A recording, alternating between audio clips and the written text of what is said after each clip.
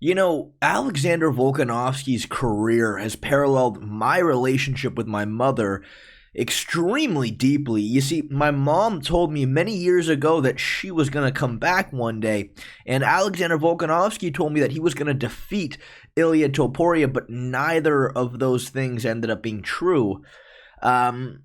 But Volkanovski, he has the opportunity to right the wrong that he did to me that day. But the unfortunate aspect of that is he has to fight Diego Lopes. And my problem with that is Alexander Volkanovski has sort of made a career out of getting tagged, getting hurt, getting rocked, getting dropped sometimes, but then, coming back to win the fight regardless.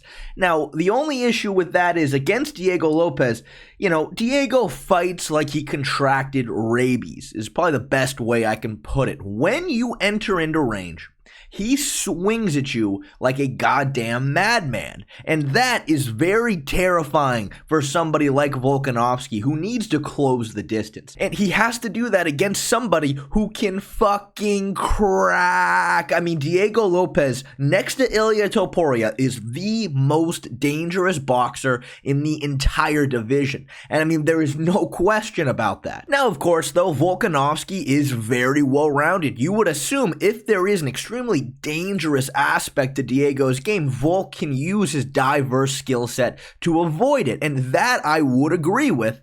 But Diego Lopes is essentially extremely dangerous, I would say everywhere. Completely everywhere. If you take him down, his submission game is elite. At range, he has really good calf kicks, decent high kicks. Of course, in the pocket, like I said, his boxing is lethal.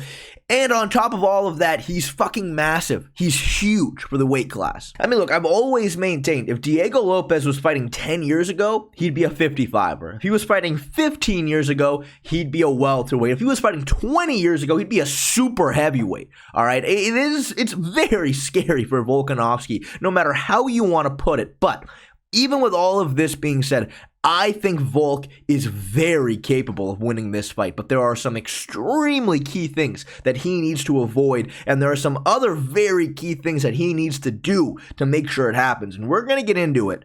But first, I wanted to take a moment to thank the sponsor of today's video, DraftKings Sportsbook. Guys, this weekend we have UFC 314, and take it from me, when you take those fighters that you really believe in, and you put just a little bit of money on them, all of a sudden, every punch, every kick, every takedown, every near finish hits completely different. When you've got something on the line, there is no better way to enjoy the fights. And that is why I have partnered with DraftKings Sportsbook, where you can put your money where your fight IQ is. And if you are a brand new customer and you bet just $5, you will get $150 in bonus bets instantly. Even if sports betting is not yet legal in your state, don't worry. DraftKings is the one-stop shop for all things daily fantasy, where you can join in on all the fun and have a shot to win cash prizes. Download the DraftKings Sportsbook app now. Again, new customers, use my promo code MMAShay and just bet $5 on any wager and get $150 in bonus bets instantly.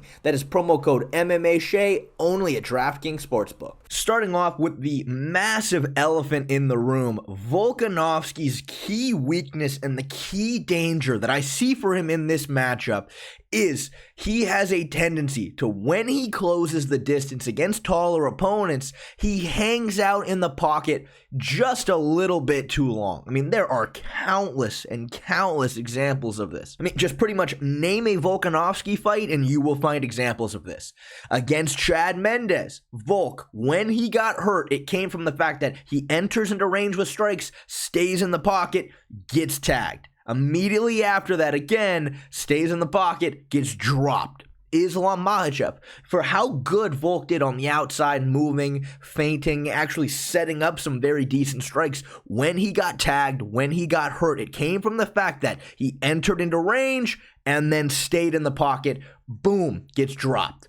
Same exact thing in the Max Holloway fights. Now, at 145 pounds, Max is definitely not known for having a tremendous amount of power, which is just one of the few reasons why Volk matches up so well against Holloway.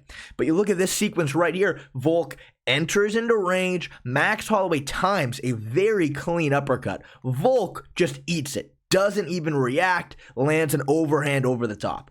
He cannot give any of this to Diego Lopes, because Diego Lopes will knock you out with uppercuts right in range. He's done it before. Again, you enter into range with Diego Lopes and he starts swinging like a goddamn madman. And the problem is, right, for how skilled Volk is, for how technical he is, no matter what, he has to be closing the distance with Diego anytime he wants to land something significant on the feet. That is just a factor of this fight that you cannot get around.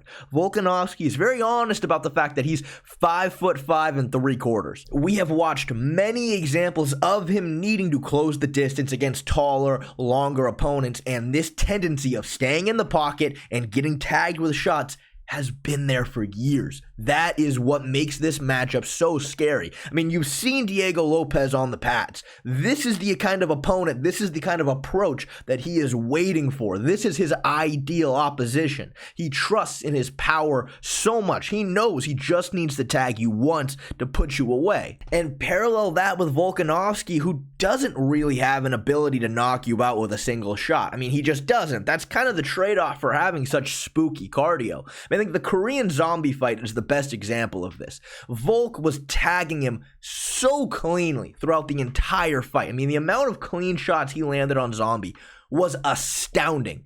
And even that fight ended in a standing TKO after 4 rounds. Volkanovski, if this fight stays on the feet, is going to have to be closing the distance all 5 rounds. That gives somebody like Lopes just a lot of opportunities to eventually tag him with something. I think there's one other tendency that Volkanovski has that does scare me a lot, and that is once he closes the distance with you, he likes to grab the tie clinch. Specifically in the 3rd Max Holloway fight, he was doing this many, many times.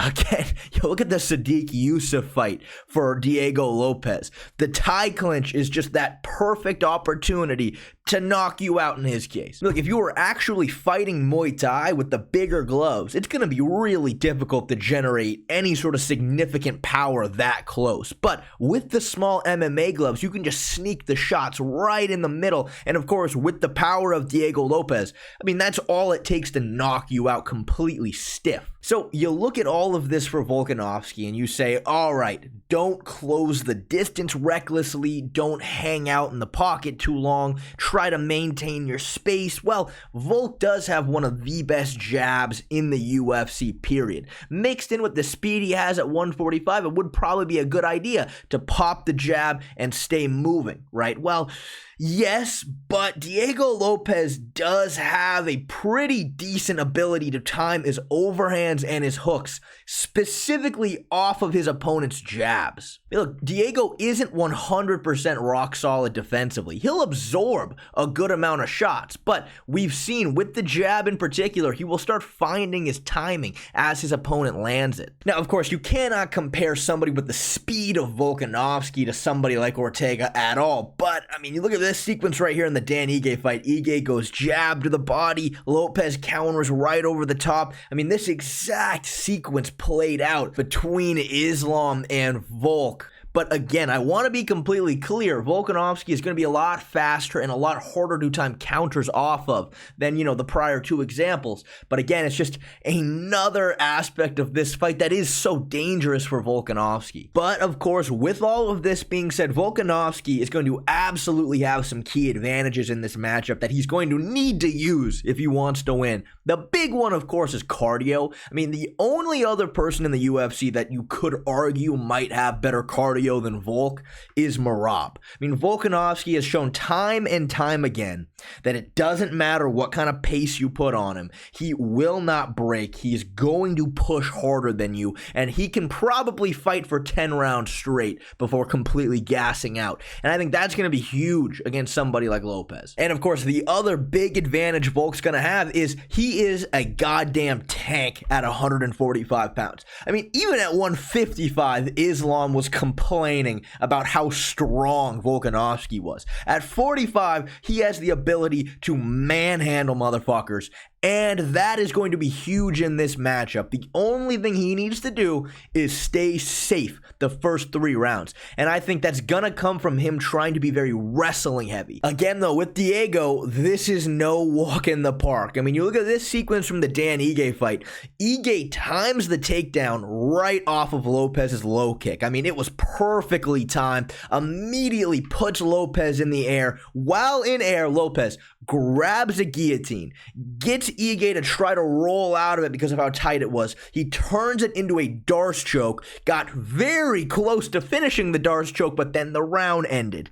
You look at this sequence right here from when Diego Lopes fought Gavin Tucker. Gavin goes for the single leg. Diego immediately jumps for a flying triangle, which is there off the single leg, grabs the triangle, finishes the fight.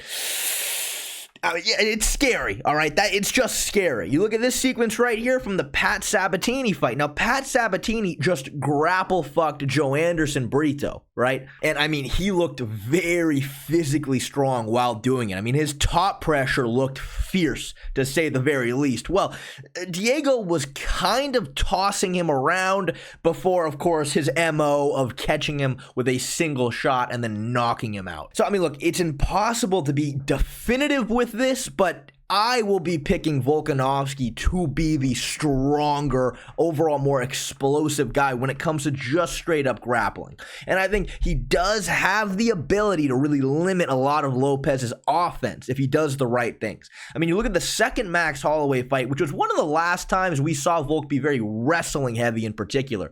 I mean, you look at this shot he took right here. There is no limbs to be grabbed here for Volkanovski. His head positioning is very, very good. It's on the inside. And again, Volk is what we would classify as a jacked hamster. He doesn't have a lot of limbs. He's very bulky, compact. He's going to be difficult to grab a hold of. And I think with a shot like this, he's really limiting any submission offense. From this shot, he immediately transitions to double underhooks, which again, it's going to be pretty much impossible for Diego to land anything of significance from a clinch like this. And then Volk hits Max with an inside trip, puts him down. I really think this needs to be his approach against Diego Lopes. Of course, as soon as they hit the ground, there's a lot of danger there, but you don't need me to tell you that Volkanovski obviously has Craig Jones in his corner, you know, the second best grappler the world's ever seen, kind of. I mean, not really, but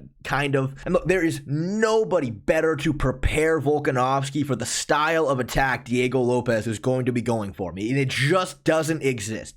I think, though, Volk needs to try to shove Diego's head into the fence. That is going to really limit his offense. We've seen, of course, when guys have done this to Charles Oliveira, that really limits his ability to find submissions, to have really any sort of offense off of his back. And I think Volk needs to follow suit with this. And Diego has shown in the past that he is willing to stay on his back because he trusts his skills from that position so much. And I think that right there is Volkanovski's biggest advantage in this matchup, as long as he can avoid any sort of his attacks from the bottom. So look, with all of this being said, I think you can make a very good game plan for Volkanovski. On the feet, again, he needs to avoid swinging in the pocket. He needs to avoid completely closing the distance. He needs to use his speed and, most importantly, his jab. His jab, of course, we all know, is one of the best weapons he has. He has very long arms for how short he is. As long as he pops the jab, maintains space,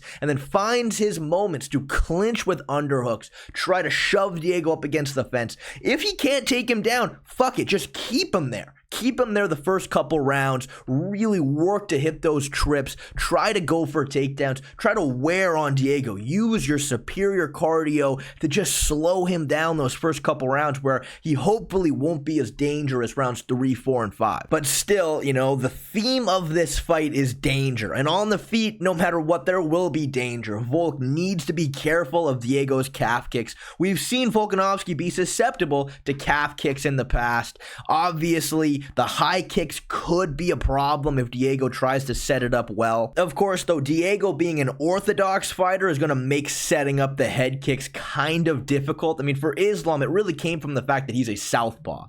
But, you know, overall, I think this matchup, more particular than most, comes down to game plan and execution. Because we have seen tendencies from Volkanovski that will get him knocked out in this matchup. But we've also seen glimpses that he has the skill set to really neuter a lot of what I think Diego Lopes does. Of course, though, there are also a lot of unknowns in this matchup. I don't know how much you can bank on the fact that Diego is going to slow down as this fight goes on. I mean, again, we have seen him slow down for sure, but most of those matchups were under, very interesting circumstances. Mosvar Iblabev took that fight on 5 days' notice.